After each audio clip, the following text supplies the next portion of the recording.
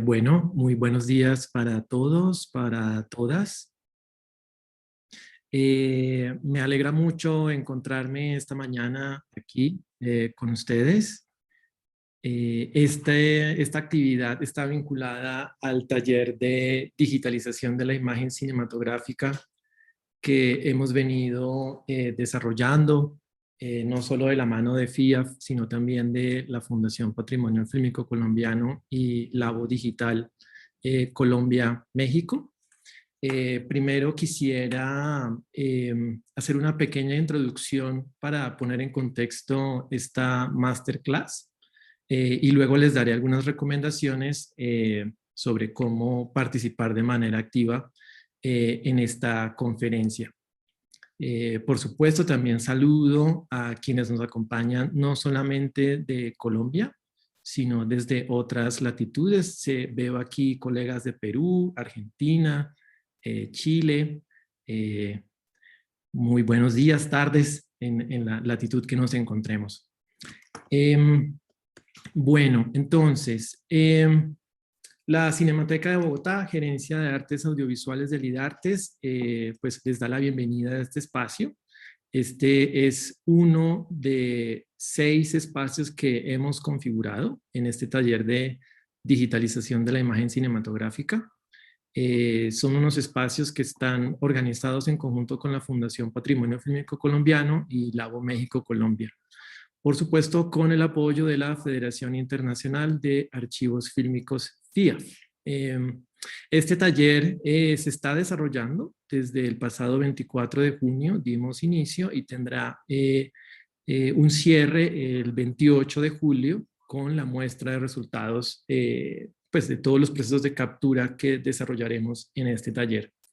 La idea de estas conferencias abiertas es que pues, pueda llegar este conocimiento a un público mayor, también por supuesto a colegas que están en archivos, centros de documentación, canales de televisión, bibliotecas, para que de alguna u otra manera tengan acceso a esta información y por supuesto acercarse, ¿no? A las personas que de alguna u otra manera han influenciado estas prácticas a nivel internacional.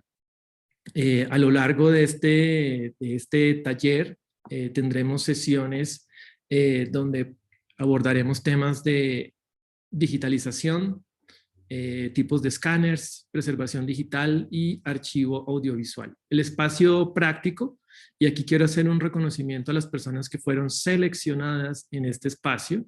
Quisiera nombrarlas y felicitarles por hacer parte de este viaje. Lamentamos mucho también pues, que es un grupo reducido, pero eso también nos potencia mucho las acciones. Quisiera nombrar a las personas que seleccionamos: Sergio Becerra Vanegas, Camilo Ernesto Cortés, Camila Guerrero Castellanos, Felipe Murcia, Luis Alejandra Caicedo, Nelson David Rodríguez, Leonardo Suárez y Catalina Torres. Un saludo extendido, yo sé que están por aquí en el chat, muy atentos. Y bueno, solamente recordarles que el próximo sábado también tendremos otra masterclass sobre aspectos prácticos sobre el escaneo de soportes fílmicos, con Javier Cámara, experto en preservación digital, miembro del Centro de Conservación y Restauración de la Filmoteca de Cataluña. Esta, a diferencia, pues estará disponible por los canales de Facebook y YouTube de la Cinemateca de Bogotá. Por supuesto, la participación estará activa por las ventanas de chat ese día. Y bueno, quisiera darle la bienvenida a nuestro invitado de hoy, a David Walsh. David, buenos días. Creo que bueno, aquí algo para que también, perdonen, aquí hay que tener presente, utilizaremos la ventana de preguntas y respuestas, Q&A, para recibir sus comentarios, preguntas, las estaremos recogiendo en el momento específico que tenemos asignado para preguntas, y la interpretación pueden cambiarla de inglés a español de acuerdo a su lengua de preferencia. Sin más, le doy la bienvenida a David Walsh.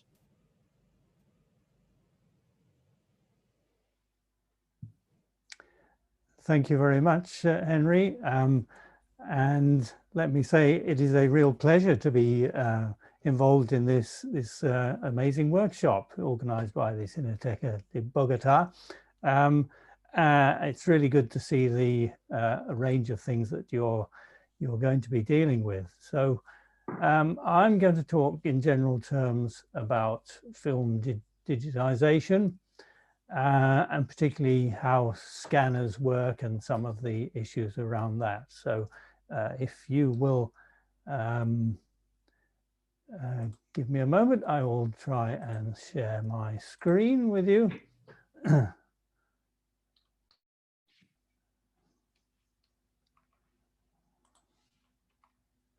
Okay, so let's go. Now just a little bit later than expected. Digitization is a part of the activities of a film archive, and traditionally people have said that a film archive has three main roles: acquisition, preservation, and acquisition. I just want to very briefly talk about the middle one of these, preservation, because although this is a topic about digitization, preservation is very important, and it's digitization is very much dependent on the state of the preservation of the collection. And if you have a pile of film cans and you just ignore them, that's not going to really preserve them for any length of time. Even if you tidy them up and put them neatly on shelves, if you still continue to ignore them, they will decompose because of the way that film stock is manufactured, mostly from cellulose acetate. Cellulose acetate is like a runaway train on a track that's running faster and faster downhill. And if you just sit back and ignore it, what will happen is that eventually the film will effectively run over the end and decompose for good. So there are a number of things that you can do to try and stop this happening. And some people think that digitization is the answer, but it's not really. The answer to preserving film should be to try and put it into better storage conditions. Now, there are some helpful tools around. One of these is the acid level detection, which measures the amount of acid in the air in the film can around the film, which is directly related to how acidic the film is. And from this, this is an example of something published by the Image Permanence Institute in the United States of America. Their filmcare.org website has some very useful resources, including this, which suggests the recommended actions depending on what state your film is in.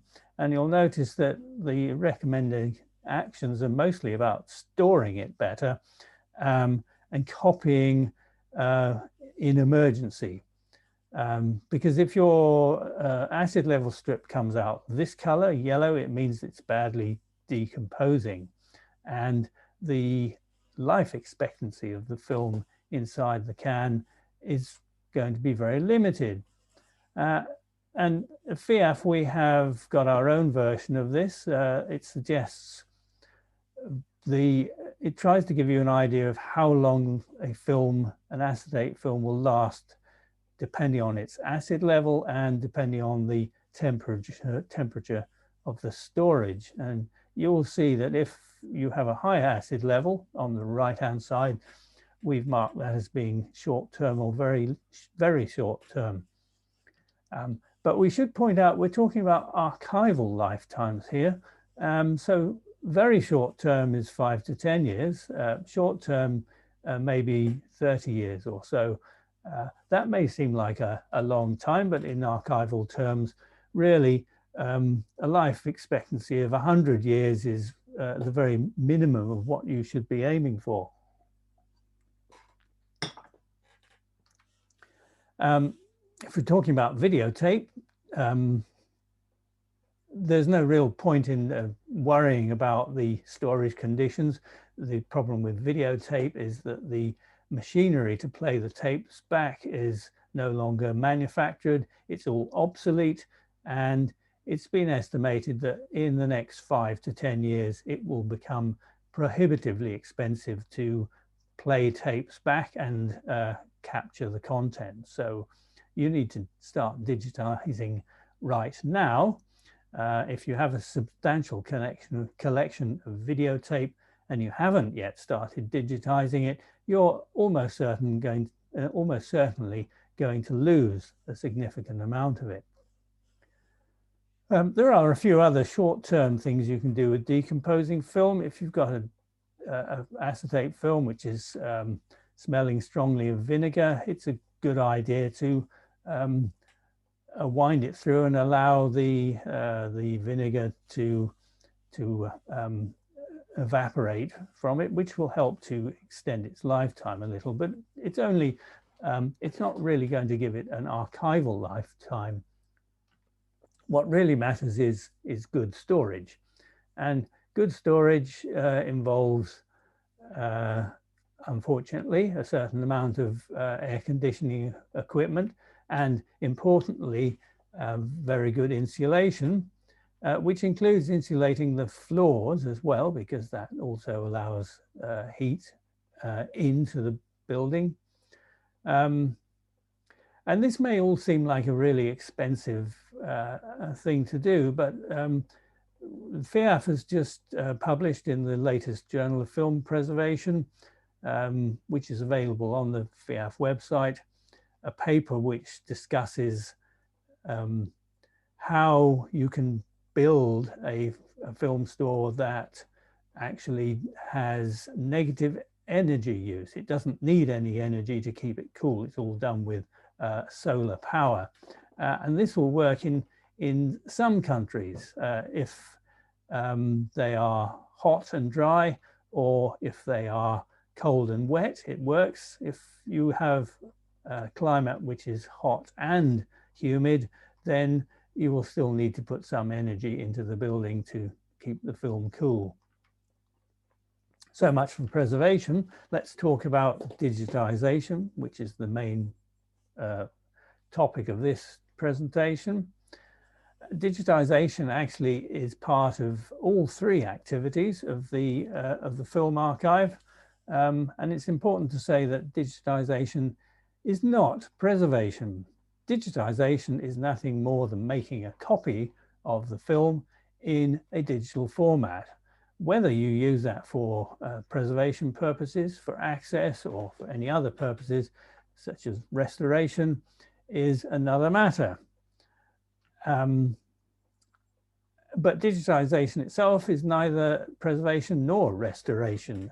You can involve digitization in restoration and in preservation, but of itself, it is nothing more than, as I say, making a copy of the content in digital form. So let's look at how we digitize a film. How do we get from a piece of film with images like this on it to a file made up of digital information? It's important to say that the resulting data is not going to be a perfect record of what's on that film. Digitization is not a perfect process at the moment. It cannot capture everything that's on the film, even with the best equipment. And it has to be said that the best equipment tends to be very expensive. These are very expensive scanners. These used to be very expensive scanners. They're now rather old-fashioned. This is another expensive one. And then there are some what you might call cheaper scanners like these. This is about the cheapest you can get commercially. And also there are scanners that are either converted from film printing machines of this sort, a step printer, or there are beginning to appear some projects for building your own scanner. A number of organizations have built their own film scanner, but there are, we hope in the next few years, going to be plans available that will allow you to build your own scanner, given a certain amount of technical understanding and practical ability. But these two scanners here, the one on the left costs 10 times more than the one on the right. That doesn't mean that your digitization will be 10 times better. You get to an extent what you pay for, but in some circumstances, the cheaper scanner will produce something just as good as the more expensive scanner. Let's have a look at why and in what circumstances. In principle, there's nothing very complicated about scanning a film. You need the means of moving the film past the scanning mechanism. You need some sort of light source, some method of lensing, of imaging the image onto a detector of some sort, and then a processor to handle the output. So starting with the light source. Now, when we look at a piece of film normally, you tend to look at it with what they call specular light. This is light that's all pointing in the same direction. Scanners typically use diffuse light, and there's a very good reason for this. If you have a scratch, this is a graphical illustration of a scratch on the base side of the film, and you have light all hitting it in the same direction, then the scratch will scatter the light and cause a dark mark on the resulting image. If you have diffuse light, then it tends to, as you might expect, diffuse that image. And even with dirt, it tends to disguise some of the dirt on the film when you capture that image. And I can illustrate that with these two images. Now, this rather odd image is the one on the left is scanned on one particular type of scanner, and the other one is scanned on a different scanner. It's exactly the same frame of film, but you will notice that the one on the right shows a large number of blemishes, and the image of a tape splice along the bottom, you can see a dark line. These are almost invisible on the left-hand side. There's no post-processing being done on these. It's just the way the scanners have managed to capture that image. And that is very much dependent on the optical system. So it's worth remembering that some scanners are better at disguising scratches and blemishes than others. The collimated light source, the specular light, does tend to increase contrast and graininess in the image, whereas diffuse light gives you a softer, less grainy image, typically, that is, which is not to say that that means that it's necessarily the best way to scan a film, because if you think of the way a film is projected on the screen, using a traditional film projector, that uses collimated light like this. So scanning a film doesn't really represent what you see on the screen. It's not authentic in that sense. So how does the film pass through the scanner? Broadly speaking, there are two types of scanner: a continuous scanner where the film moves constantly over a picture gate without stopping, and an intermittent scanner where the film is brought into the gate and stopped at each frame and exposed and then moved on. And you'll notice that scanners tend to have a large number of rollers and things like this, some of which seem to be rather baffling in their purpose. What you should ideally avoid in a scanner is anything like this, teeth on sprockets driving the film through, because archival film tends to be old, brittle and shrunk, and these things, which look like instruments of torture, are very good at damaging film, particularly if you have a long, wide sprocket like this, where the film has to pass across a lot of sprockets. This is the case with some types of film editing machines. These should be avoided wherever possible when dealing with archive film, and there are some scanners that are converted from this kind of editing machine. They're very good at damaging shrunken film. Ideally, you want just a very simple mechanism for pulling the film through the picture head. Now, actually, if you have a scanner which does operate just by pulling the film onto the take-up reel, you might have problems if the film is damaged or is brittle or it's got buckled or it's very fragile, because the film won't wind up very evenly and very well, and you might cause damage or problems in that way. Many scanners use a friction roller to advance the film, and which is probably the most gentle approach for running films through a scanner.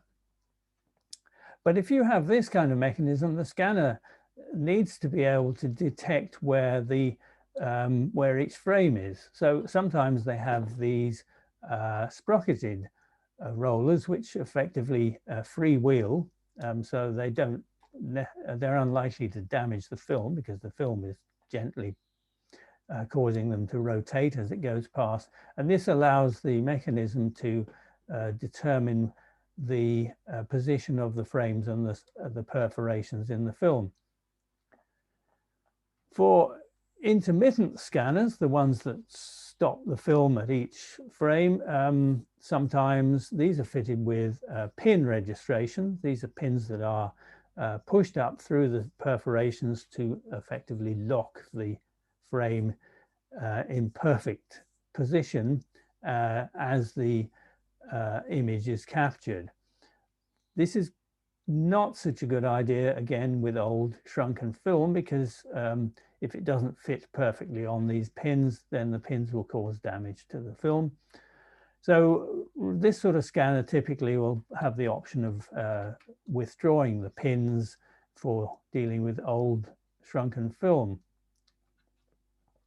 Other scanners use optical means of detecting the position of the perforations, sometimes using visible light, sometimes using infrared light. And this is a very good approach if the film is damaged, because you can see that it's still possible to detect where the perforation is, even if it's torn on one side. There's at least one scanner on the market that images several perforations in a row, so that if you've got a row of damaged perforations, or they've been torn away completely, you may still be able to pick up the positions of these. The lens, there's not much I can really say about the lens. It needs to be a high quality lens. Some people argue that some of the cheaper scanners, which sometimes use camera lenses, are not, these are not really sufficiently good for the purpose. But in fact, there are so many points in a scanner which affect the image quality that these types of scanners, they actually use lenses which are perfectly suitable for the quality of the scan that you can get. So it would be, there would be no point in improving the lens on this particular scanner because it wouldn't be noticeable in the resulting scan. And then the sensor. Now, there are two types of sensor. One is the kind of area array, as you see on the right here, which is typical of what you'd have in most cameras, in your mobile phone, obviously at a much smaller scale. And these will capture a complete image of a film frame, for instance, in one go. On the left, there is a line array. This is just a single line of picture elements, which might be 2K or 4K, for instance, in which case in 4K there'd be perhaps 4,096 picture elements in one single line across here. And the way these operate, a line array like this would be used in a scanner with a continuous transport mechanism. So you have a tiny slit which allows the light through, and the film passes across this continuously, and the image is built up. The image of each frame is built up from a series of lines which are captured as the film passes through. The area array can be used in two different ways. One is, again, using a continuous mechanism. And in this case, as the film passes across the gate, which in this case is the full size of a frame or bigger, the illumination is provided by some kind of stroboscopic mechanism. The light flashes very briefly and effectively freezes the image as it goes past. So the film doesn't stop, but you have effectively high-speed photography capturing a frame, each frame as it goes. Alternatively, in a step scanner, the intermittent scanner, the film is moved into the gate. There's an exposure is made, and then the film is moved on a frame at a time and exposed each time. So it's quite simply taking a photograph of each frame as it stops in the gate. It's worth remembering that CCD and CMOS sensors only measure light levels, luminance. They're colorblind. So if you have a color film, you have to find some way of capturing the color information. Now, typically an intermittent scanner will do something like this, will expose each frame with lights of different colors, typically red, green, and blue, or maybe even more exposures, depending on what kinds of, what areas of the spectrum they're trying to capture. And the electronic processing will then know that that each set of monochrome images relate to the red, green, and blue records, and it can synthesize a full color from that. This is a very good way of getting a really good color image. And this scanner, the Arascan, for instance, uses this approach. Another approach is to use a beam splitter to separate the color image into its constituent red, green, and blue elements, and these are captured on separate CCD line arrays, and this is used in this type of scanner and also in this one, the Scanity, although this particular scanner has a line of these line CCDs, uses multiple line arrays for each color elements, which allows them to build up the picture from the output of several sensors, which gives them a very good signal to noise ratio. For the cheaper type of scanner, the approach that's generally used is to apply a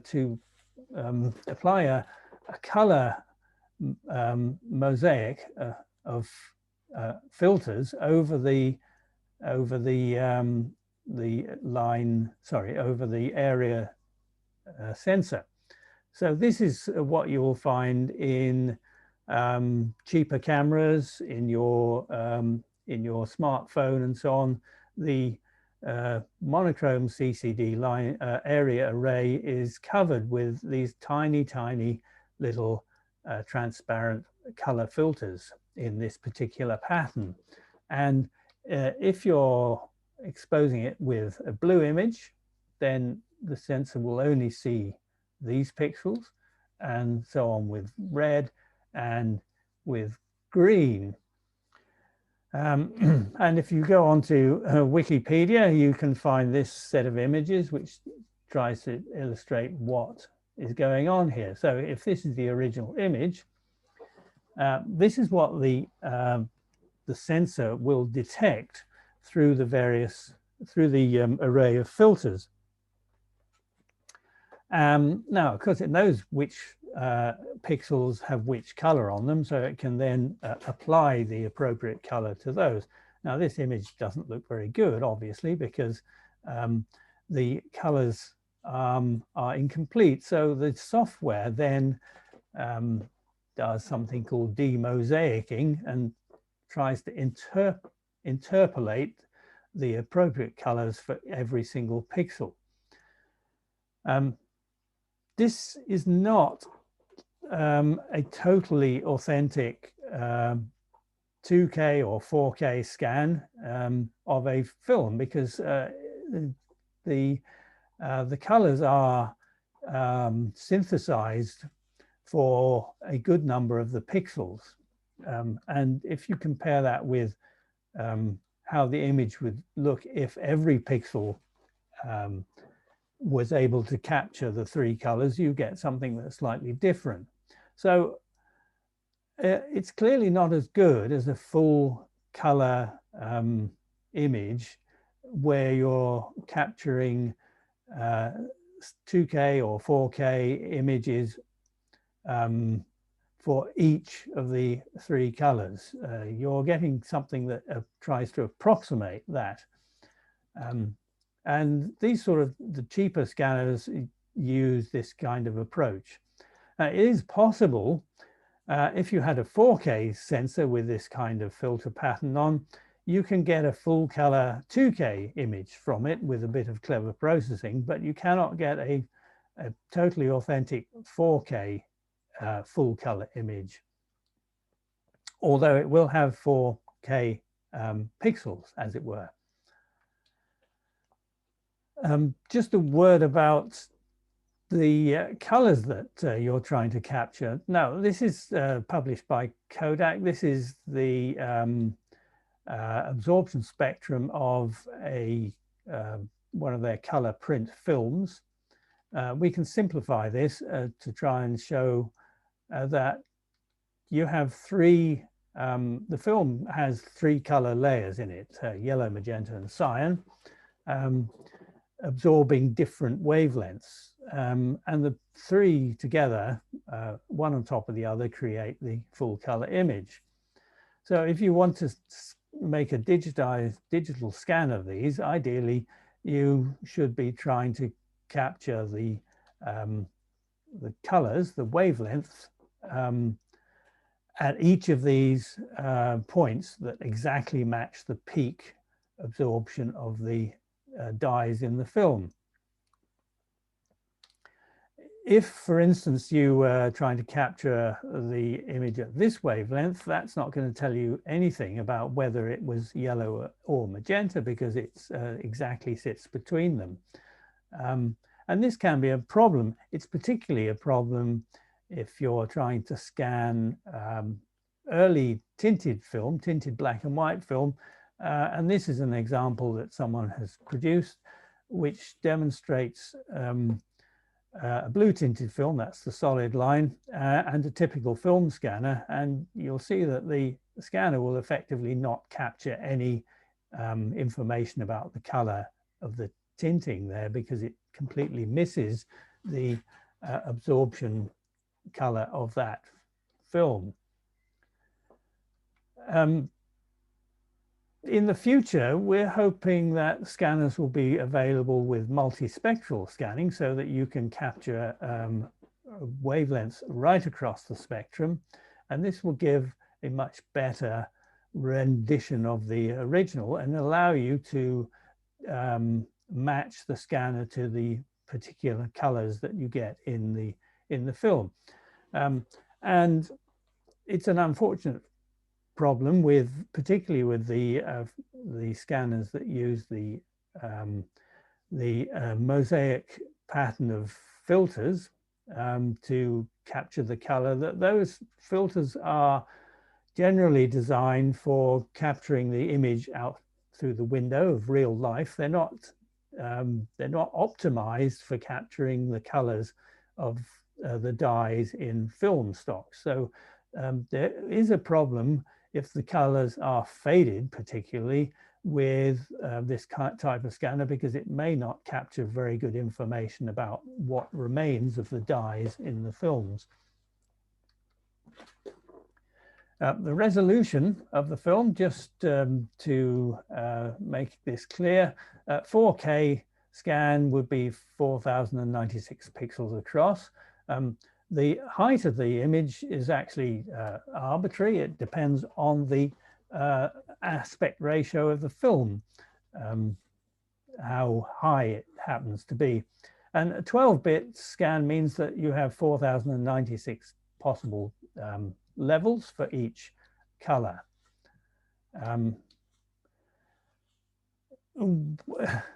When film digitization first took off, most scanners were only capable of doing 2K 10-bit scans, and this meant both a rather more limited number of pixels and also a more limited range of tones for each color. So the amount of fine detail in the color levels would be not so good. And FIAF, a few years ago, we carried out some resolution tests just to try and get a feeling for how good scanning was in terms of resolution, using this this color test chart. And this is an image through a microscope of the finest detail that you can see in this original film negative, this one. And that's 100 line pairs per millimeter. That's very, very fine. Now, when we scan this using a 4K scanner, the scanner was able to resolve 40 line pairs per millimeter quite well, but that was about the limit. Certainly at 60, you're not seeing the lines, you're just seeing a lot of aliasing here. In a 2K scanner, as you can see, really the scanner is only capable of doing 20 line pairs per millimeter, which is of course half as good as the 4K scanner, as you might expect. Compare that with a film copy. This is a film copy made from that original negative using a film printer, and you can just about still make out the lines at 100 line pairs per millimeter. Now, do not think that that means that film copying is necessarily better than scanning. The first thing is that it's very rare to find a film with that level of detail. And it is very difficult making a really, really good film copy because there are so many unknowns and potential areas where things can go wrong. And film scanning may well be perfectly good, even at 2K, to capture the amount of detail that's in the original image. So it really depends on how good the original film is, whether the scanning is capable of capturing all the data or not. And then there's, of course, there's more to the quality of the image than the resolution. There's the dynamic range. That's the amount of detail you can get from the darkest part of the image to the lightest part of the image. And if you know anything about film technology, you'll be familiar with the characteristic curve of a film. This is a graphical representation of how dark the film, how dense it is, given a certain amount of light exposure. Now, we don't really have any information about how scanners work and what their characteristic curves are like, because the manufacturers don't publish this information. But just to try and explain what linear and logarithmic scanning is about, this would be a linear scan. A logarithmic scan is designed so that you can capture more information in the shadows, where it's more dense than in the highlights. And it works like this. If you have, if you sample the original image at a number of points that are equally spaced, you get something like this. Effectively, with a logarithmic scan, you're sampling it with much more information, much more fine detail in the darker areas of the image. Now, as technology improves, it's becoming much more common to use higher bit depths, higher dynamic range, and log scanning is probably unnecessary in these cases. And then something happens after the film, after the image is captured by the sensor. It goes into a processor.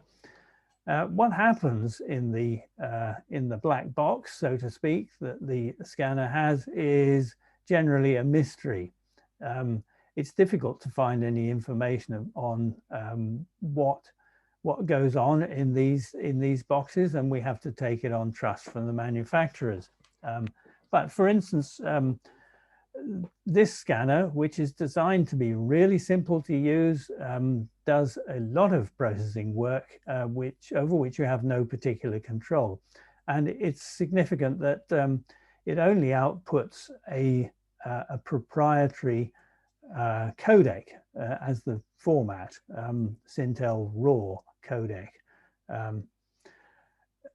which is actually may be in perfectly good quality, but it may raise issues about longevity and digital preservation.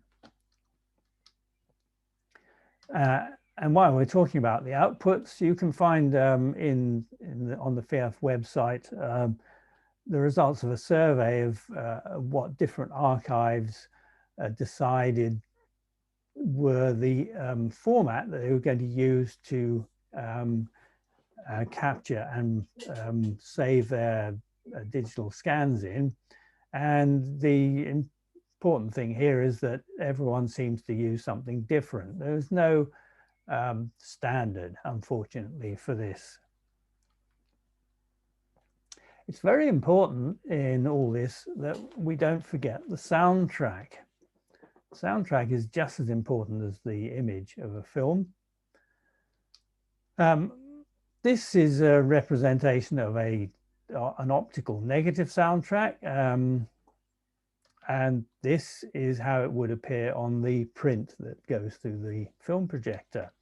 And it's important to note that the way these optical soundtracks are designed is so that when there's no sound, and that's where on the left there's no modulation to the image, very little light passes through the film and falls on the photoelectric cell, which captures the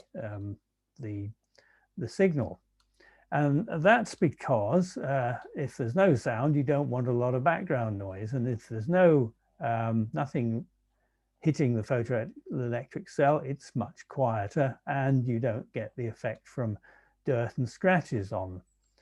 If you try and play a negative optical soundtrack through a conventional sound head, where there's no sound, you'll see that you'll get all the light, virtually all the light from the illumination is landing on the photoelectric cell, as well as all the scratches and bits of dirt will be visible, and this will make the soundtrack very noisy. That's not the only problem though. An optical soundtrack is captured using a sound camera, which puts a signal puts an image onto a bit of unexposed film like this. And when the light produced by the sound camera falls on the film in this way, and it's then processed, what happens is the image spreads slightly like this, and this will cause distortion. So if you try and play a negative optical soundtrack like this, you're likely to get quite a lot of distortion, particularly around sibilance.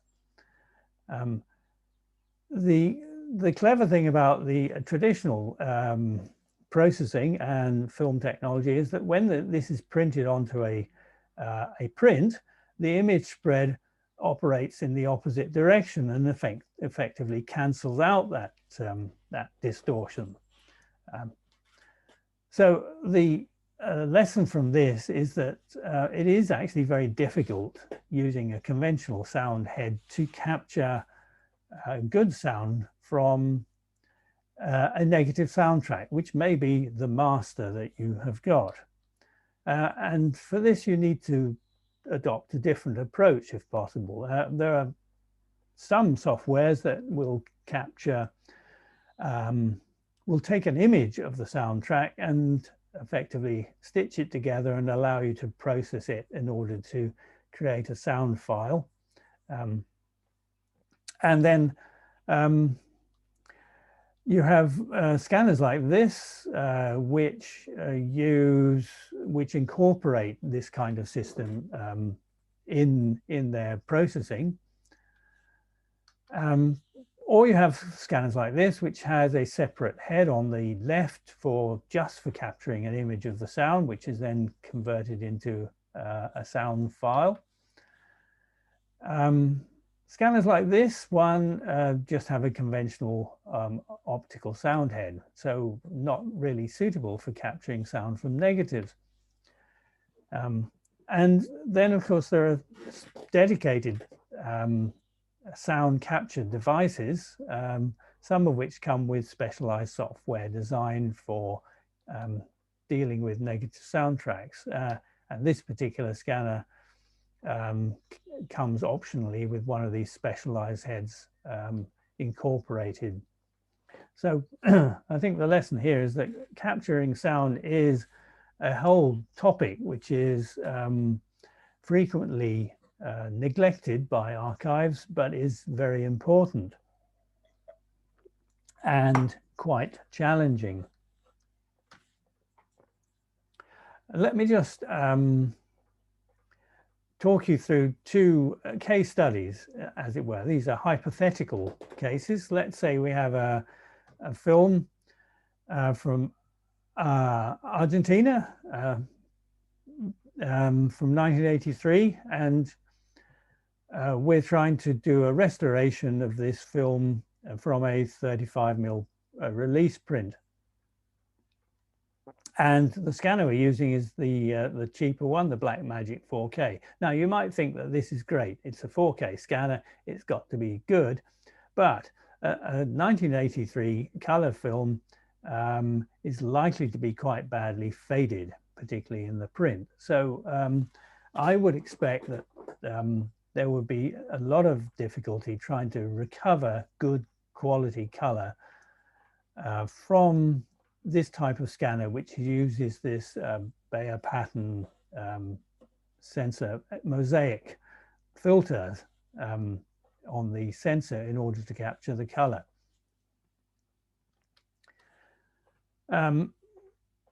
Alternatively, here's a case where we are trying to digitize a nitrate copy which is decomposing from a 1920s feature film. And the reason that we're digitizing it obviously is to try and save it from complete loss because the nitrate film is decomposing. And the scanner we have available is an old optical printer converted into a scanner which happens to operate at 2K. Now, you may think, well, it's for preservation. We need to have something better than 2K. But in actual fact, a print from the 1920s will not have very good resolution, and 2K almost certainly will be good enough to capture all the available image resolution on the original. And this kind of optical printer was made to the very highest quality. So you would expect to get a very good scan from this. So these two cases, one's 4K and one's 2K, it's not necessarily just as simple as saying, for this we need 4K, for this we need 2K. The resolution is only a small part of the factors that decide what type of scanner is best. Let's just have a look at scanning in practice. First of all, when you're doing a digitization project, let's say you need to decide which items, which reels of the films you're going to select to scan. And you might think that the original negative and the original soundtrack will give you the best results. Well, you might think that. The problem is that, first of all, the negative will almost certainly need scene-to-scene grading. As we've already discussed, the optical negative track will be a problem to scan. And the negative will have a number of, almost certainly have a number of splices in it because of the way it was assembled, so that may cause some issues. The print, on the other hand, will be much simpler to scan. The quality won't necessarily be so good because it's a duplicate made from the negative.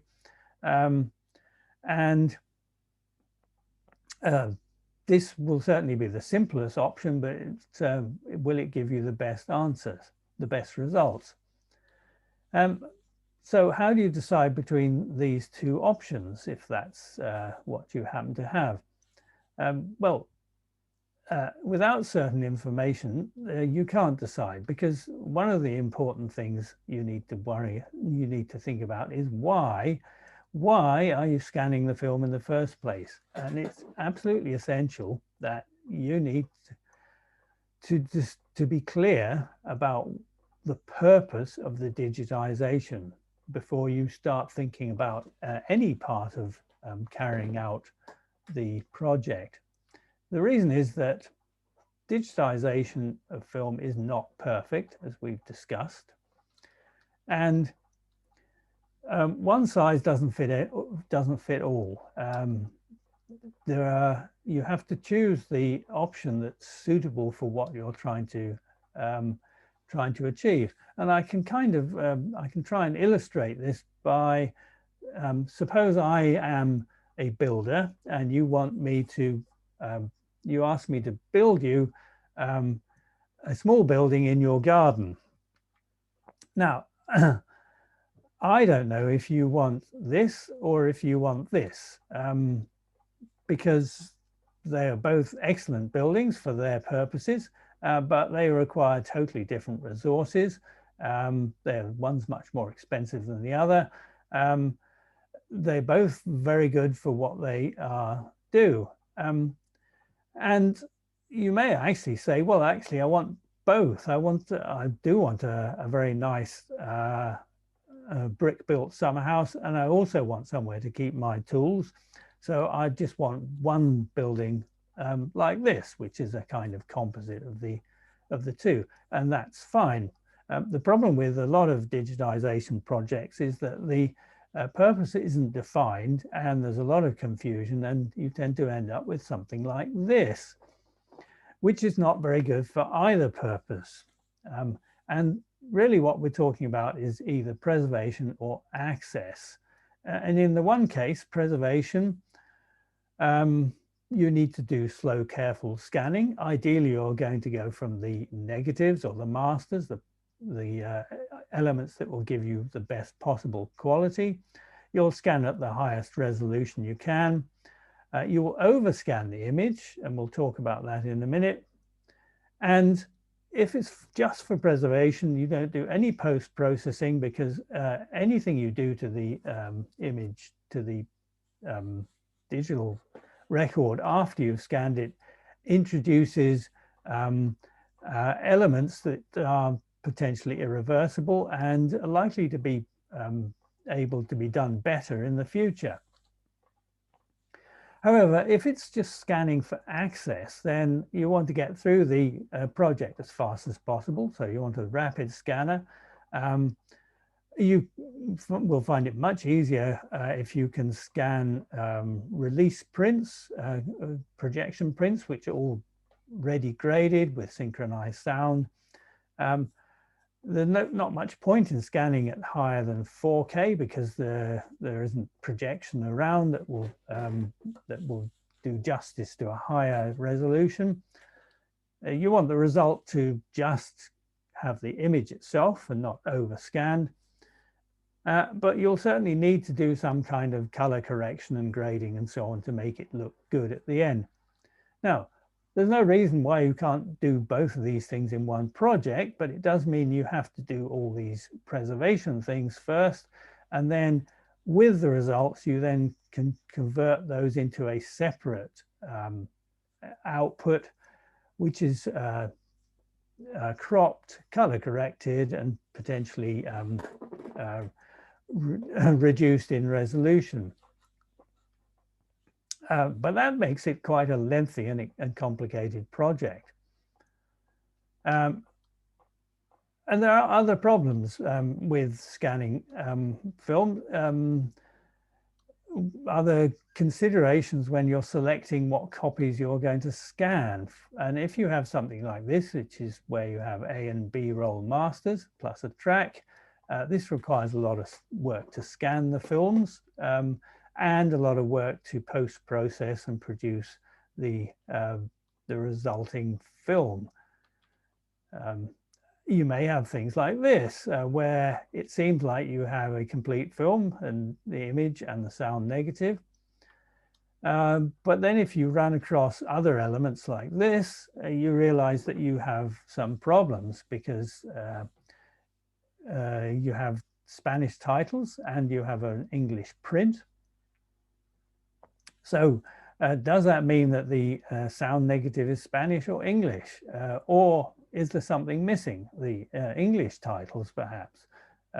So in this case, even though you might be trying to do high quality preservation scanning, you may not have all the elements you need. And you may have to use the final print if you've got missing elements. It's also important that you choose elements that are in the best possible condition, because if you scan a scratched and dirty film, then all those blemishes become part of the digital image, and trying to remove those digitally then becomes something of a problem. So ideally you prepare the film properly, cleaning it, repairing it, doing any special treatments that are necessary. And regarding repair work, it's important to understand that ideally you'd never repair a film you wouldn't want to stick bits of tape on this to repair the damaged perforations if it was a matter of trying to preserve it for the very long term, because doing this kind of thing is likely to compromise its stability in the long term, and it's also an intervention that is not necessarily a good thing to do for the film. So many scanners would be perfectly happy running a film with this kind of damage through without any sort of repair. So it's important to be aware of the ability of the scanner to handle damaged film before you look into the need for doing repair work or not. Films that are degrading and buckled like this, it is sometimes possible to improve their condition temporarily while you scan them by re-moisturizing them effectively. This is quite a specialized process and really needs expert advice. Ideally, every reel should be cleaned before it's scanned, but it is unfortunately the case that cleaning machines are expensive, and the solvent that they use can be very expensive. And it may be that you can only afford to clean the film manually using solvents or even using dry cloths.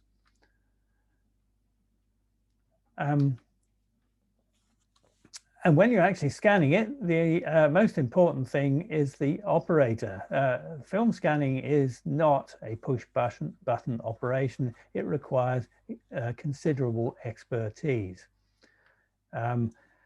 You need to decide whether you're going to try and capture a perfectly graded image like this, or whether you're going to try and compress the levels so that if there's a variation from scene to scene in light levels and color and so on, that you don't end up clipping the whites or crushing the blacks. Now, the scanner, there's a certain amount of color correction you can do at the scanning stage, and then there's a certain amount you can do post-scan.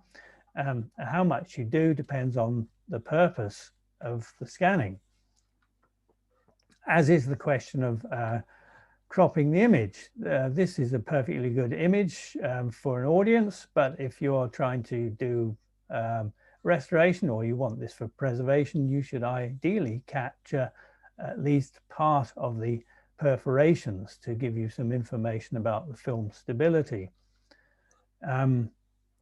Scanning a film like this is quite common. Ideally for preservation, you would scan a film right across the full width, but you need to remember that if you do this, only about 60% of the pixels are available for the film image itself. If you wanted a 4K image of the actual film frame, you would need a sensor which was something like 6 or 7K altogether. And if you're using one of these applications that captures the soundtrack from the individual frames by stitching the bits of the soundtrack together, you need to remember that you need to have an overlap to allow the stitching to be carried out effectively by the software. When dealing with scratches and dirt, you can sometimes use wet gate scanning. This is available on some scanners. Basically, the scratches are filled in using a solvent, a fluid, which has a similar refractive index to the film itself and effectively makes scratches disappear. But using wet gate it introduces a whole different area of complexity to scanning. So not too many people try to do this. I'm just going to skip past that one. After scanning, of course, how much work you do depends on the purpose of the scanning. Certainly, you might want to try and synchronize the sound and trim the ends and assemble sections if they've been scanned in parts. And as I said, doing the color correction, it depends very much on the purpose. If you're trying to produce an image for high quality cinema presentation, then color correction is really important. I haven't really talked about restoration because in my view, that's not really part of digitization. That is a separate operation, which is to do with access and presentation. So whether you decide to leave these blemishes on or take them off depends on whether you're producing a final version for presentation or not. If this is for preservation, then you would leave it as it is.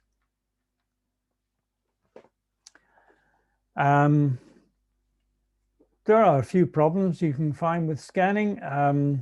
Instability is one of these things. Now, if you have a scanner which captures a full frame image of each frame, rather than a line array sensor, this is a full frame sensor. This is an example of what happened when a bit of damage went through the gate, and you can see that the frame sort of bounces around like this. This is very typical of what happens with damage, and this is where you would have to introduce stabilizing to try and stop that, to prevent that happening on the final version. You can also get instability at splices, joins in the original film. And this is an example of what happened, can happen with certain types of line array scanners. This is where the image is built up from a series of lines as the film goes through. So this is the splice goes through, and then you can see this massive distortion in the subsequent frames. If I run that back again, because the speed of the film running through the gate has been disrupted by the physical splice, and the scanner has not really been able to deal with it. There are a number of other things. I apologize, this slide seems to have escaped the translator, it's all in English. You can have missing frames, missing reels, missing parts of films. You can have issues with the soundtrack not matching up. Color fading is a very common issue. And as we said, some scanners are much better than others in dealing with it. You can have original faults in the film elements caused by the camera or the printer and all the rest of it. Sometimes these can be fixed, sometimes they can't. And film technology is very difficult and messy, and a typical production can result in lots of different roles that all have to be assembled somehow, strange soundtrack formats, missing optical effects, missing titles, and so on. And then, of course, the production itself may have different versions, may have multiple reels, maybe multiple items, and so on. So very briefly, talking about choosing a scanner. And this may be a case of choosing a scanner for yourself, or maybe you're choosing a laboratory and you want to know what type of scanner they're using. But you do need to work out why you're doing the scanning, what sort of film you're scanning. So it's both what physically it's like, and also what its content is like, because some types of content are more likely to require very high quality scanning compared to others.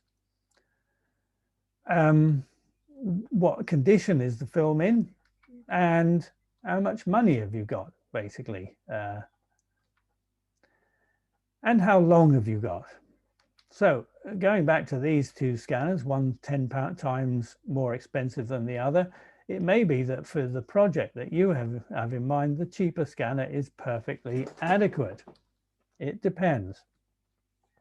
If you are thinking of investing in getting a scanner, you should really take a selection of test samples. This is an example of a scanner selection process that I was involved in, and these are the samples that we took along. We had different gauges, different types of film, in good condition, in poor condition, and so on. And only by putting them through the scanner and effectively doing it yourself do you get an idea of how good the scanner, how suitable the scanner is for your particular type of film.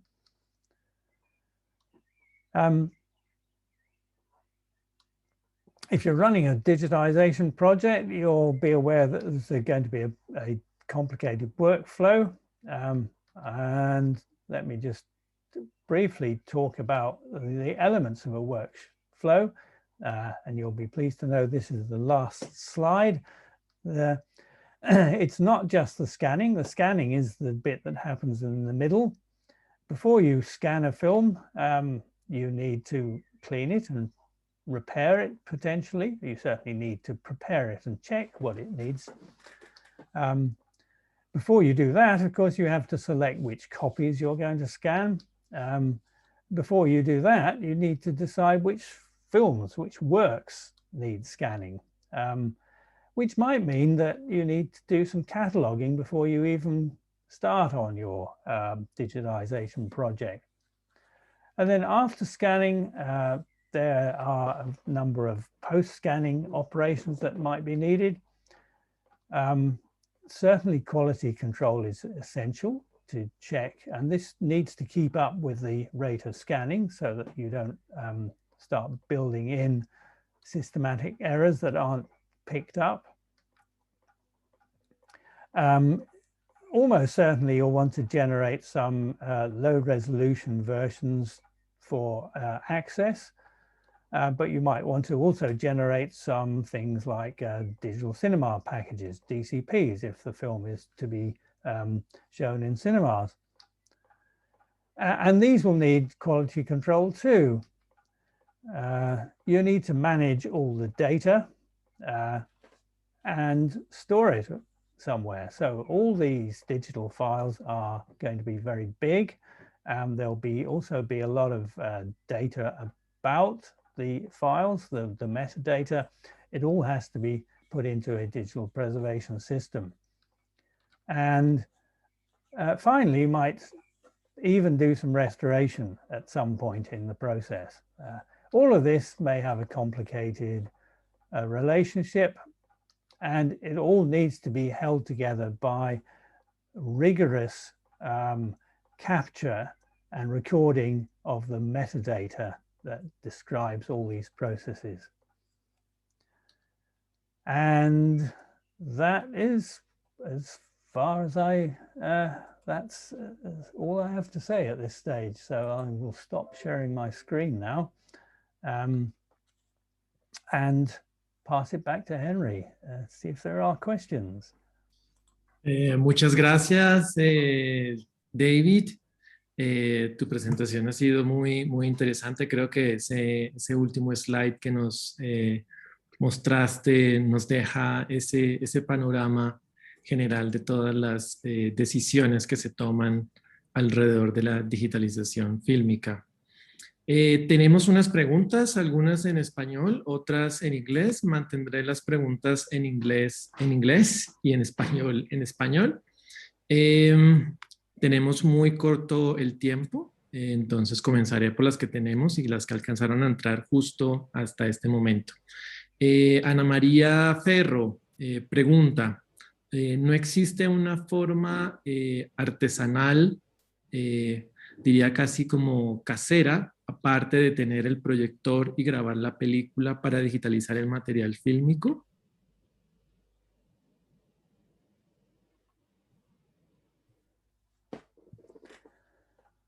Well, I think what you mean is it possible to make a homemade film scanner? Yeah, I mean, I actually made a film scanner with my mobile phone once, which is perfectly possible. As I said, there are a number of places in around the world that have built their own scanners. It's not necessarily very difficult. We are hoping in FIAF that we'll be able to help people find the plans and designs for homemade scanners in the forthcoming year or so. But unfortunately, that one of the projects that we hope to be involved in got derailed by the pandemic. So at the moment, I can't make any promises, but I'm hoping that in the future, we might be able to help people with a design for a homemade scanner. Essentially, it's the difficulty is the very much the software to control the system and getting hold of the right quality of camera.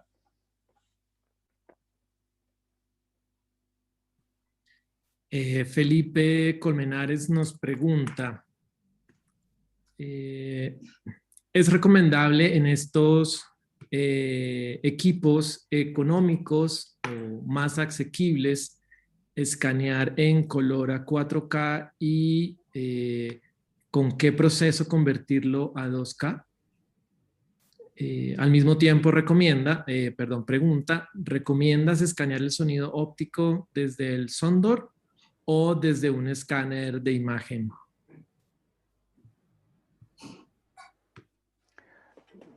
Well, yeah, I mean, certainly it's very simple to convert a 4K to 2K, except it takes a lot of processing. It's worth remembering that dealing with uncompressed 4K files is a huge demand on your IT infrastructure and your workstations and so on. And it does take quite a long time to even move these files around the storage. So yeah, the process of down resing from 4K to 2K is very straightforward.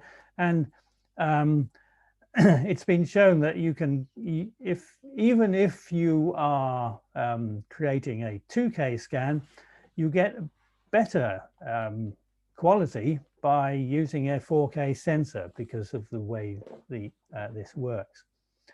Regarding capture of soundtracks, really, I'm not in a position to recommend one system more than another. The Sondor resonances system is very effective, but also the image to sound tools, which is a system that doesn't have any hardware associated with it. It just takes an image of each frame with its soundtrack and stitches them together. That is also very effective. Original soundtracks come in a huge variety of forms and conditions and qualities and so on.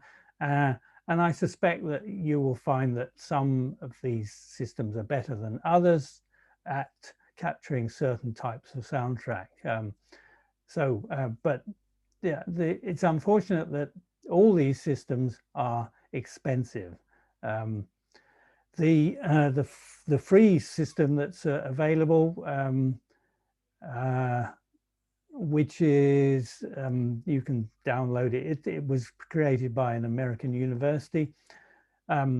It works, but it doesn't have the right the necessary level of control that you would like to get the best quality.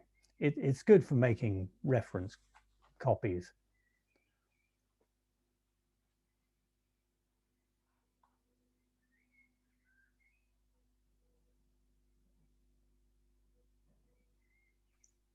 Tenemos una pregunta in English. I'm sure you, David, yes, you're listening to me. Just checking the translation. So in the Catalina Torres, this is a question from her. In the archive where I work, we have good storage conditions, but mostly we have only positive and screening copies. The work of locating the negatives is huge and expensive. What would be your suggestion? Risking to digitize the positives?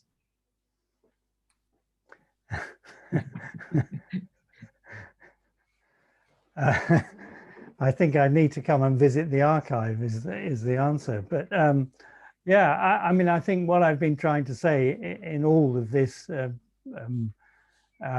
presentation is that every archive has different requirements. Every archive has different needs. Every collection is different. There's no simple answer. You have to work out, it's a difficult balance of available resources, money, people, scanners, and what would be the sort of ideal in every case. So I can't say what is the right answer for your particular collection. It's something that requires thought and discussion.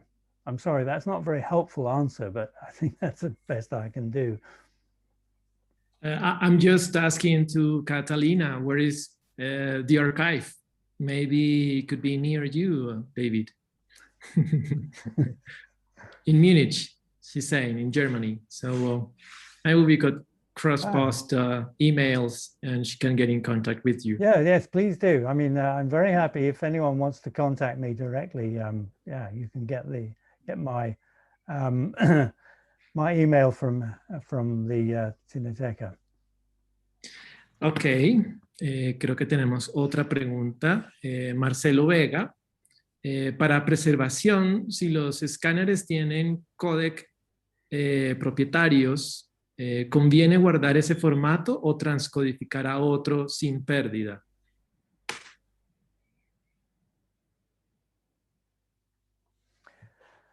Yeah, that's a very good question. I mean, the whole issue of what formats to use to preserve your digital scans is a difficult one because there is no perfect format. If you use uncompressed DPX, you end up with these huge files that are really difficult to deal with. And the reason scanner manufacturers produce things like Sintel RAW is because it fits in with their own products and it's easier to handle because it's going to be a video format rather than a series of image frames. But anything that is a proprietary format is dangerous as a long-term digital preservation format because unless you are sure that you can migrate it to another format in the future, there's always the possibility that that format will die away and there won't be sufficient information about it.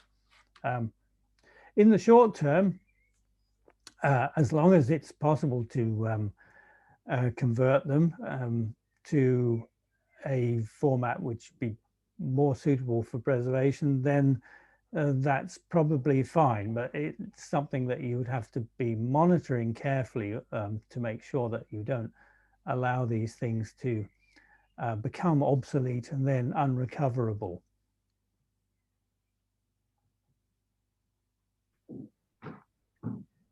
Sí, por ejemplo, en nuestra perspectiva desde la Cinemateca, que tenemos un Sintel Scanner, los archivos que genera este escáner son propietarios. Es el Sintel RAW y hasta ahora dentro de nuestras capacidades de almacenamiento ha sido para bien hasta ahora. Hasta ahora porque, por supuesto, hicimos pruebas de pasar estos Sintel Raw Image a DPX y nos dimos cuenta que estábamos triplicando nuestra capacidad de almacenamiento y además teníamos la responsabilidad de guardar ese original de captura. Es toda una decisión, sí, por supuesto, es toda una decisión y yo creo que inicialmente nuestra premisa es guardar el original de captura y como tú dices, más adelante tendremos que resolver si migramos esto a un formato de preservación, sobre todo con la capacidad de almacenamiento instalada que pueda preservar estos elementos. Aquí tenemos un par de preguntas ya para finalizar. Nos pasamos un poquito del tiempo, pero creo que nos quedan 4 minutos exactos. Pregunta Fabio Bedoya, in English. So if I'm getting this correctly, for fast scans of print and or later generation copies, we should use a fast scanner with variant pattern like the Ariscan XT or Sintel. And for negatives and or any first generation copy, we should use a line sensor scanner like the VW GoldenEye or the Northlight. Do software support matter when doing later processes, let's say HDR or Dolby Vision and the like, so we can take that in consideration when choosing a scanner? Well, that's a complicated question. Thank you. Well, the first thing I'd say is that the line scanners and array scanners, there's no, one is not necessarily better than the other. So the DFT scanner uses line arrays, produces very high quality. The ARRI XT uses an area array that produces very high quality. The difference is that the Scanity can run approaching real time, depending on what resolution you're scanning at. And the ARRI scan will scan very much slower than real time because it's doing it a frame at a time. So I think that, as I keep saying, you need to work out why you're doing the scanning. So it's not so much about what the originals are as why you're scanning them, because you might decide that you want to scan original negatives in order to make access copies, in which case running it through a Bayer pattern scanner in real time would be perfectly acceptable. If you're trying to do preservation work, then obviously a negative is capable of holding a huge amount of data. So you want to get as much of that data out as you can and captured by the scanner. So in those cases, something like the Northlight or the ARRI or the Scanity are fine if you have that kind of money. But these scanners are really, really expensive, and that is the problem with all of these things. Which really takes me back to my very first points that I was making, that if you're talking about preservation, you should be building good storage vaults, and then that will buy you some time. It may buy you 100 years, it may only buy you 30 years, but in 30 years' time, there will probably be scanners that will do a much better job than anything available now at a fraction of the cost. So in FIAF, we tend to look at digitization for preservation as a last resort when it's no longer possible to prolong the life of the original materials. Muchas gracias, David. Yo creo que ha sido una conferencia muy interesante. A muchos nos ha dejado apuntes, refrescado conocimientos y por supuesto a otros habrá abierto puertas, ventanas, expectativas.